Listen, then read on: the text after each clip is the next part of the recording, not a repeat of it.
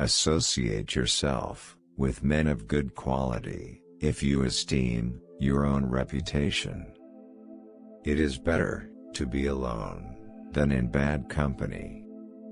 Let your heart feel for the afflictions and distress of everyone. We should not look back unless it is to derive useful lessons from past errors. Liberty, when it begins to take root, is a plant of rapid growth.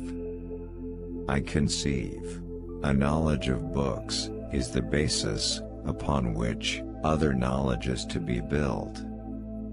I'll die on my feet before I'll live on my knees. We must consult our means rather than our wishes.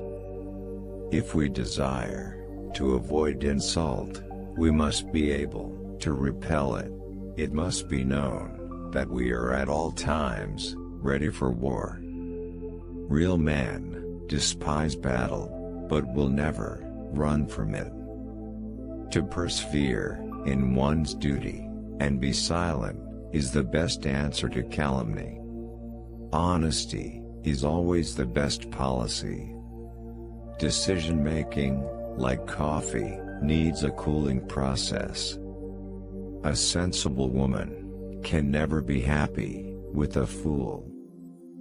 Be courteous to all, but intimate with few, and let those be well tried before you give them your confidence. Discipline is the soul of an army. It makes small numbers formidable, procures success to the weak, and esteem to all.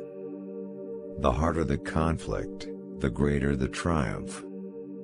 99% of failures come from people who make excuses. Worry is the interest paid by those who borrow trouble. Happiness depends more upon the internal frame of a person's own mind than on the externals in the world. Human happiness and moral duty are inseparably connected. Perseverance and spirit have done wonders in all ages. Paper money has had the effect in your state. It oppressed the honest, and opened the door to every species of fraud and injustice. Every man thinks God is on his side. The rich and powerful know he is. Lily George Washington was born on February 22, 1732. He was an American military officer, statesman, and founding father, who served as the first President of the United States, from 1789 to 1797. Appointed by the Continental Congress, as commander of the Continental Army. Washington did not have the formal education his elder brothers received at Appleby Grammar School, in England, but he did attend the Lower Church School, in Hartfield.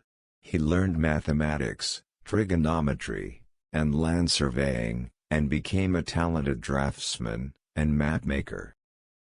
Washington led Patriot forces to victory in the American Revolutionary War, and served as President of the Constitutional Convention of 1787, which created and ratified the Constitution of the United States, and the American federal government, which remains the world's longest-standing, written and codified national constitution, to this day.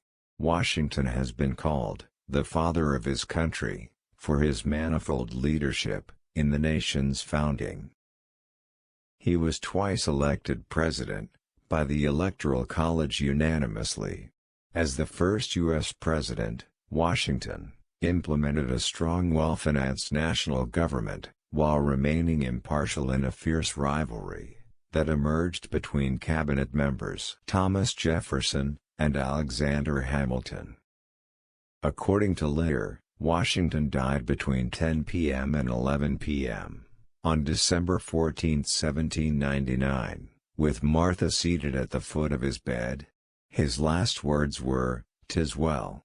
Upon his death, Washington was eulogized by Henry, Lighthorse Harry, Lee, as first in war, first in peace, and first in the hearts of his countrymen.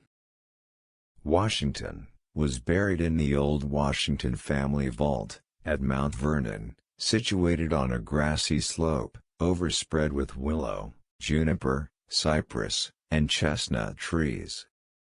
The diagnosis of Washington's illness, and the immediate cause of his death, have been subjects of debate since his death.